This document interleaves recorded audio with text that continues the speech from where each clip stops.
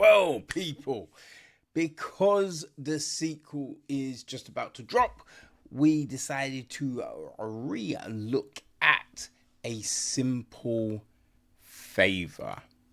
You know what I mean? Like, this is the film directed by Paul Feig, written by Jessica Sharzer.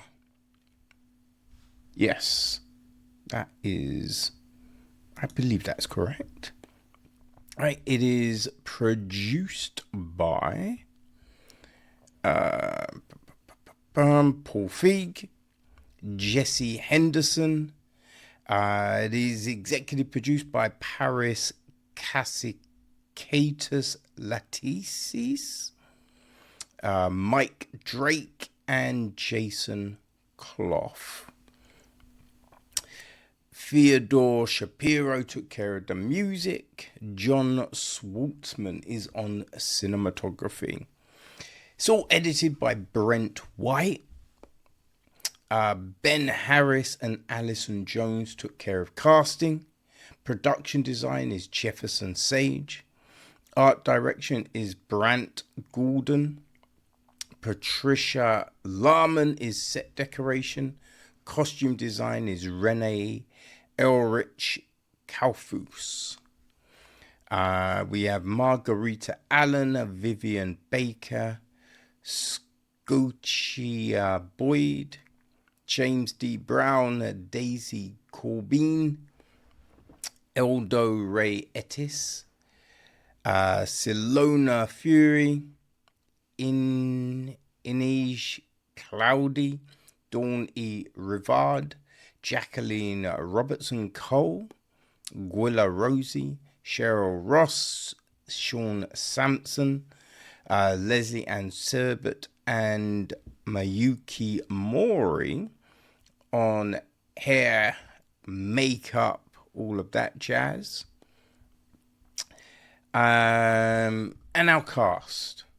Well, we have got Anna Kendrick as Stephanie Smothers. Her son, Miles, was played by Joshua Satine. We have got...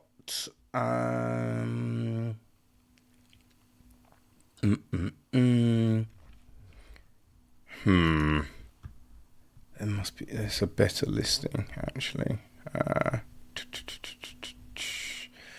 Okay, so her husband, Davis Smothers, is played by Eric Johnson.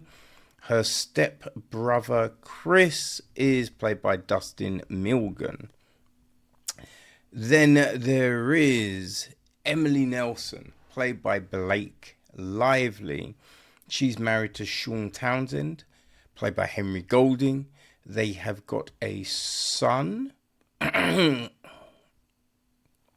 called Nicky, who is played by Ian Ho. Younger versions of Emily are played by Nicole Peters and Lauren Peters.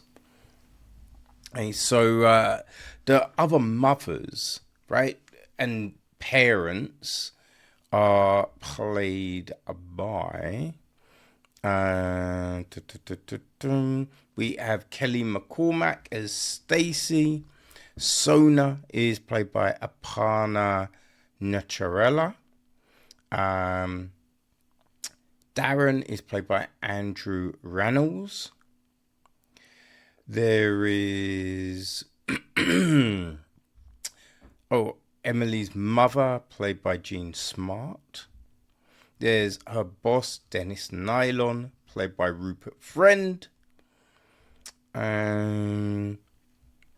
We've got Detective Somerville, played by Bashir Salahuddin. We have Kiko, played by Patty Harrison. Sean's TA, Beth, played by Melissa O'Neill. Marianne Charwoski, played by Sarah Baker. The Librarian, played by Corinne Coonley. And I think that's, oh, there's Diana Hayland, played by Linda Cardinelli. Yeah, and that's all probably our main players in the film. Okay. The gist, what is all of this about, you may ask? Well, it's pretty simple, people. Stephanie, a widowed mother who also runs a cooking vlog. I don't even know if it doesn't seem to just be cooking. As for the blogs, it seems to be all manner of things, right? But yeah, a blog. She befriends Emily, an upper class secretive woman whose child goes to the same elementary school as Stephanie's. Suddenly, Emily goes missing, and Stephanie starts investigating, only to find dark secrets which change the life of Stephanie forever. So this came out in September 2018, and I went to a advanced screening at the BFI, right? I remember because, yeah, they gave out these very nice donuts afterwards. Yeah, they were really nice. But yeah, so I do believe the original review is on an early echo chamber, but for the life of me, right, I cannot remember what number. But yeah, it's based on a book, right? The whole thing is based on a book written by Darcey Bell, which came out in 2017. So yeah, people at Fox, right? They'd seen early drafts of the book, really liked it, so they optioned it, right? Now, it starts off kind of like midway through, as oftentimes happens these days, right? You've got Stephanie recording a blog, and she's updating the mummies on the whole Emily situation. So in doing that, she's like, oh, for all the people that are new, this is how it all kind of, so that's how we, feed in, and we, see Stephanie at school, and just, all of this, and how she first meets Emily, which is, she's fine. Now, I remember enjoying this film, right? I enjoyed it first time out. So I was happy enough to give it a rewatch. I will say the second time around, like, production-wise, this is very sharp, right? It's very snazzy, right? It's bright, just all the colors and everything they've used. It works. It's good. It's enjoyable, right? And I think the acting is good. I think story-wise, there are like a lot of odd things that go on. Like, so, they don't really know each other for long, right? Stephanie and Emily. But both are kind of like, Stephanie's like, oh, Emily's my best friend, And even Emily is like, oh, no, you're my good friend, right? But it's not really established why, right? Because it's not like Stephanie's new to the area, And so we don't, there's just an off comment of Stephanie makes about mums thinking stay-at-home mums are a bit weak, right? But that's it. So, and she's like, oh, she finds it hard to connect with people. But even, not everyone finds it easy to connect, but you still have friends, right? So it's kind of like, okay, so why does Stephanie not have friends?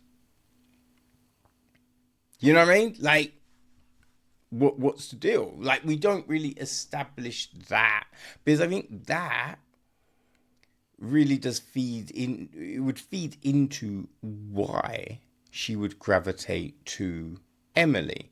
Now, there's supposedly this mystique about Emily that she's very swanky and posh and blah, but it's just like, why? You know what I mean? I think that's an important part of the story that's not really touched upon. Also, the whole Sean situation. Because again, it's like, we know Emily's husband died. Right? That's no spoiler or anything, but we know that happened. There's not really I think she's mentioned that she hasn't been with anyone for ages and all of this kind of thing, but Sean seems very different from Davis. So it's just like, why would she gravitate to Sean? It does seem that Emily is someone that wants to please everyone. But again, right, getting with Sean, just even there's a bit with Emily, you just be like, hey, we kind of need to know more on Emily, more on Stephanie, that why these things would be a thing. Otherwise, it just seems weird to have them in the film. Right? Like, even the whole brother fucker thing. It's... If you are... It's kind of like when you're telling people things, they don't know you, so it doesn't matter what you tell them. You know what I mean? It's just like, until you tell someone something, they don't know what it is. So it's kind of like, there seemed to be no point in the story, because it's just like, well, obviously someone's going to jump to the next conclusion. So why would you even tell the story? Like, it is a weird thing. And this seems to be, wouldn't it be shocking to have like an incestual component to the film?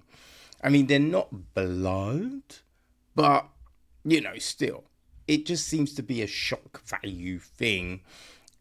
And it serves no purpose to the story. So there are these things in here. Like, why? Like, why make the phone calls later on? Like, what? We have not, and we do not establish why these things would be.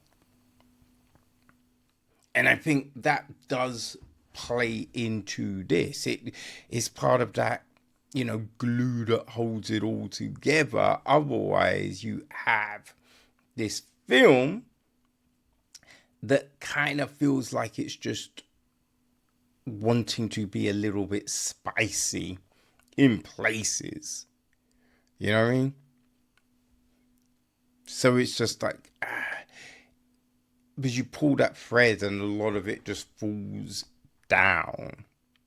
Right? Because if they're not best friends, why would she even bother looking? You know what I mean? So, and then there's all these convenient things that seem to be there. So, although I think it's a well put together film, story-wise, there are these holes. Right? There are just these holes that don't necessarily coalesce. You know what I mean? And that's the thing. Even at the end, there seems to be this switch with Stephanie. Right? But then it's just like, okay, so if you're not necessarily the person who you're purporting to be, why? Right? And what is the need to kind of have this other persona? You know, there are these questions, you know? So, yeah, film-wise, put together really well. The acting is good, you know, for the most part, just all of these things. But, yeah, story's a bit odd, you know? And Blake Lively's Emily,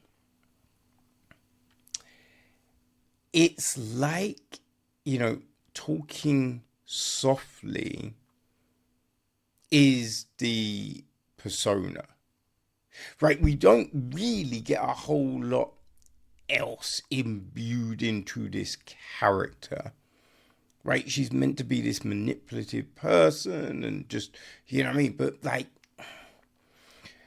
it doesn't necessarily come out, right? It's just like, oh, if I talk slowly and softly, now that makes me enigmatic, right? And it's just like, no, you're just talking quietly. That's all it is. That's all it is.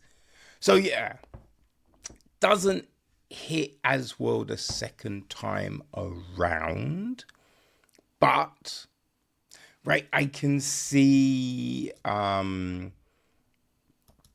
it working for people.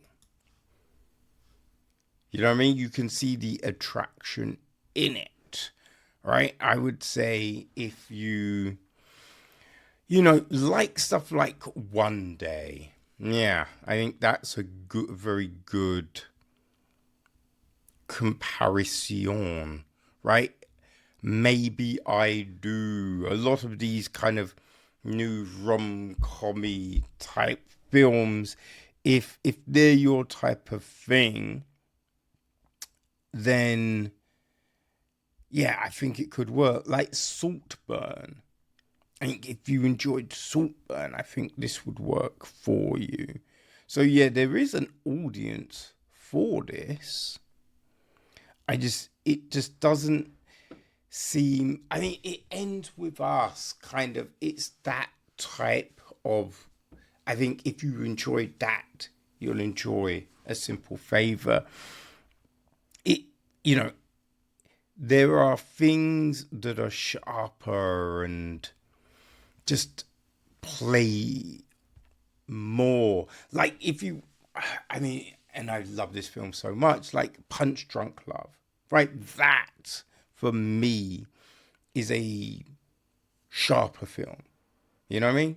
But as I said, like if you like those other films, then I think A Simple Favor will definitely work for you. Okay? So that's the 2018 film. And now we're going to get into the, well, not quite now, but we will be getting into its sequel, Another Simple Favor. So watch this space.